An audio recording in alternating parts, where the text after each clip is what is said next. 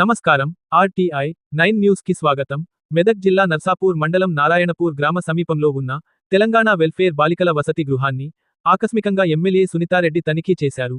బాలికల వసతి సౌకర్యాలు, వారి భోజన వసతి సదుపాయాలు ఎలా ఉన్నాయని, వారితో పాటు ఎమ్మెల్యే సునీతారెడ్డి భోజనం చేసి వంటలు రుచి చూసి బాలికలకు భోజనాన్ని వారి స్వహస్తాలతో వడ్డించారు. ఈ కార్యక్రమంలో బారాస మండల నాయకులు, కార్యకర్తలు పాల్గొన్నారు.